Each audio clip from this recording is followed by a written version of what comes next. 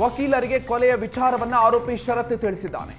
Case ದಾಖಲಿಸಿ ಆರೋಪಿ ಶರತ್ನನ್ನ ಪೊಲೀಸರು ಬಂಧಿಸಿದ್ದಾರೆ. ಇನ್ನು ಅನುಷಾ ಶವ ಪೋಷಕರಿಗೆ ಪೊಲೀಸರು ಹಸ್ತಾಂತರಿಸಿದ್ದಾರೆ. 6 ತಿಂಗಳ ಹಿಂದೆ ತಾಯಪ್ಪ ಗಾರ್ಡನ್ ಮನೆಗೆ ಬಂದಿದ್ದಂತಹ ಯುವಕ ಹಾಗೂ ಯುವತಿ ಮನೆಗೆಲಸ ಮಾಡದ ವಿಚಾರಕ್ಕೆ ಆಗಾಗ ಈ ಇಬ್ಬರ ಮಧ್ಯೆ ಜಗಳ ಆಗ್ತಾ ಇತ್ತು ಅನ್ನೋದು ಈಗ ತನಿಖೆಯ ಸಂದರ್ಭದಲ್ಲಿ ಗೊತ್ತಾಗಿದೆ. ಶರತ್ನನ್ನು ವಿಚಾರಣೆ ಮಾಡ್ತಾ ಇದ್ದಾರೆ ಶೇಷಾದ್ರಿಪುರಂ ಪೊಲೀಸರು.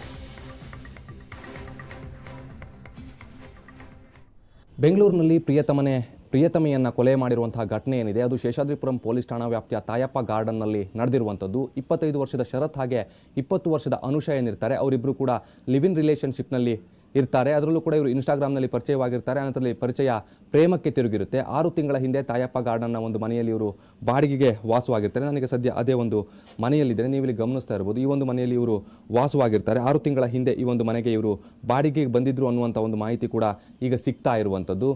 ಮೊನ್ನೆ ಸೋಮವಾರ ದಿನ ಏನಿರ್ತಾನೆ ಈತ ಮನೆಗೆ ಬರ್ತಾನೆ. ಮನೆಗೆ ಬಂದಂಥ ಸಂದರ್ಭದಲ್ಲಿ ಅನುಷಾ ಕೂಡ ಮನೆಯಲ್ಲಿರ್ತಾನೆ. ಇಬ್ಬರ ನಡುವೆ ಒಂದು ಸಣ್ಣ ಜಗಳವಾಗಿದೆ. ಜಗಳ ಆದಂಥ ಸಂದರ್ಭದಲ್ಲಿ ಶರತ್ ಆಕೆಯ ಕತ್ತು ಹಿಸುಕಿ ಕೊಲೆಯನ್ನು ಕೂಡ ಮಾಡ್ತಾನೆ. ಇಲ್ಲಿಂದ ಎಸ್ಕೇಪ್ ಕೂಡ ಆಗ್ತಾನೆ. ಎಸ್ಕೇಪ್ ಆದಂಥವನು ತಕ್ಷಣ ಅನಂತರದಲ್ಲಿ ಲಾಯರ್ಗೆ ಕರೆ ಮಾಡಿ ನಾನು ಈ ರೀತಿಯಲ್ಲಿ ಒಂದು ಕೊಲೆಯನ್ನು ಮಾಡಿದ್ದೀನಿ ಅನ್ನುವಂಥ ಒಂದು ವಿಚಾರವನ್ನು ಹೇಳ್ತಾನೆ. ಆ ಸಂದರ್ಭದಲ್ಲಿ ಲಾಯರ್ ಕೂಡ ಶೇಷಾದ್ರಿಪುರಂ ಪೊಲೀಸರಿಗೆ ಕರೆ ಮಾಡಿ ಈ ರೀತಿಯಲ್ಲಿ ಶರತ್ ಅನ್ನುವಂಥ ವ್ಯಕ್ತಿ ನನಗೆ ಕರೆ ಮಾಡಿ ಕೊಲೆಯನ್ನು ಮಾಡಿದ್ದೀನಿ ಅನ್ನುವಂಥ ಒಂದು ವಿಚಾರವನ್ನು ಹೇಳ್ತಾ ಇದ್ದಾನೆ ಅನ್ನುವಂಥ ಒಂದು ಮಾಹಿತಿಯನ್ನು ಕೊಡ್ತಾರೆ. ತಕ್ಷಣ ಸ್ಥಳಕ್ಕೆ ಬಂದಂಥ ಪೊಲೀಸರು ಪರಿಶೀಲನೆ ಮಾಡಿದಂತಹ ವೇಳೆಯಲ್ಲಿ ಅನುಷಾ ಮೃತದೇಹ ಇಲ್ಲಿ ಪತ್ತೆಯಾಗುತ್ತೆ. ಶರತ್ನನ್ನ ಹುಡುಕಾಟವನ್ನು ಕೂಡ ಪೊಲೀಸರು ಪ್ರಾರಂಭ ಮಾಡ್ತಾರೆ. ಆತನನ್ನು ಈಗಾಗಲೇ ಬಂಧಿಸಿ ವಿಚಾರಣೆಯನ್ನು ಕೂಡ ಮಾಡ್ತಾ ಇರುವಂಥದ್ದು. ಹಾಗಾದರೆ ಇವರಿಬ್ಬರು ಕೂಡ ಮೂಲತಃ ಹಾಸನದ ಸಕಲೇಶ್ಪುರದವರು ಅನ್ನುವಂಥ ಒಂದು ಮಾಹಿತಿ ಕೂಡ ಇದೆ.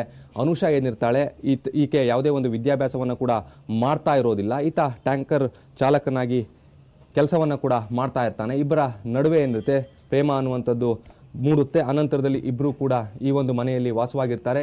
ಸುಮಾರು 6 ತಿಂಗಳ ಹಿಂದೆ ಈತ ಏನು ಬಂದಿರ್ತಾನೆ. ಅನಂತರದಲ್ಲಿ ಮೊನ್ನೆ ಮತ್ತೆ ಜಗಳ ಆಗಿರುತ್ತೆ. ಅನಂತರದಲ್ಲಿ ಮತ್ತೆ ಅನುಷಾ ಸಕಲೇಶ್ಪುರಕ್ಕೆ ಹೋಗಿರ್ತಾಳೆ. ಕೇವಲ 2 ದಿನಗಳ ಹಿಂದೆ ಮತ್ತೆ ಆಕೆಯನ್ನು ಈತ ಇಲ್ಲಿಗೆ ಕರೆದುಕೊಂಡು ಬಂದಿರ್ತಾನೆ. ಇಬ್ಬರ ನಡುವೆ ರಾಜಿ ಸಂಧಾನ ಕೂಡ ಆಗಿರುತ್ತೆ. ಅನುಷಾಗೆ ತಂದೆ ತಾಯಿ ಇಲ್ಲ ಅನ್ನುವಂಥ ಒಂದು ಮಾಹಿತಿ ಕೂಡ ಇರುವಂಥದ್ದು. ಅವರಿಗೆ ಓರ್ವ ಅಕ್ಕ ಇದ್ದಾರೆ. ಅವರೇ ಮೊನ್ನೆ ದಿನ ಮೃತದೇಹವನ್ನು ಕೂಡ ಊರಿಗೆ ತೆಗೆದುಕೊಂಡು ಹೋಗಿದ್ದಾರೆ ಅನ್ನುವಂಥದ್ದು ಕೂಡ ಈಗ ಗೊತ್ತಾಗ್ತಾ ಇರುವಂಥದ್ದು. ಸದ್ಯ ಪೊಲೀಸರು ಕೂಡ ಈ ಬಗ್ಗೆ ತನಿಖೆಯನ್ನು ಮಾಡ್ತಾ ಇದ್ದಾರೆ. ಯಾವ ಕಾರಣಕ್ಕಾಗಿ ಈತ ಕೊಲೆಯನ್ನು ಮಾಡಿದ್ದಾನೆ ಅನ್ನೋದ್ರ ಬಗ್ಗೆ ಇನ್ನೂ ಕೂಡ ಸ್ಪಷ್ಟವಾದಂಥ ಮಾಹಿತಿ ಏನಿದೆ ಅದು ಲಭ್ಯವಾಗಿಲ್ಲ. ಈತನ ವಿಚಾರಣೆಯ ನಂತರದಲ್ಲಿ ಈತ ಯಾಕೆ ಕೊಲೆಯನ್ನು ಮಾಡಿದ್ದಾನೆ ಅನ್ನುವಂಥದ್ದೇನಿದೆ ಅದು ಸ್ಪಷ್ಟವಾಗಿ ಗೊತ್ತಾಗುತ್ತೆ. ಸದ್ಯ ಇಬ್ಬರ ನಡುವಿನ ಒಂದು ಸಣ್ಣ ಜಗಳದಿಂದ ಆತ ಕತ್ತು ಹಿಸುಕಿ ಕೊಲೆಯನ್ನು ಮಾಡಿದ್ದಾನೆ ಅನ್ನುವಂಥದ್ದೇನಿದೆ ಅದು ಪ್ರಾಥಮಿಕ ತನಿಖೆಯಲ್ಲಿ ಗೊತ್ತಾಗ್ತಾ ಇರುವಂಥದ್ದು. ಕ್ಯಾಮ್ರಾ ಪರ್ಸನ್ ವಿನೋದ್ ಜೊತೆ ಪ್ರಜ್ವಲ್ ನಿಟ್ಟೂರ್, ಏಷ್ಯಾನೆಟ್ ಸುವರ್ಣ ನ್ಯೂಸ್, ಬೆಂಗಳೂರು.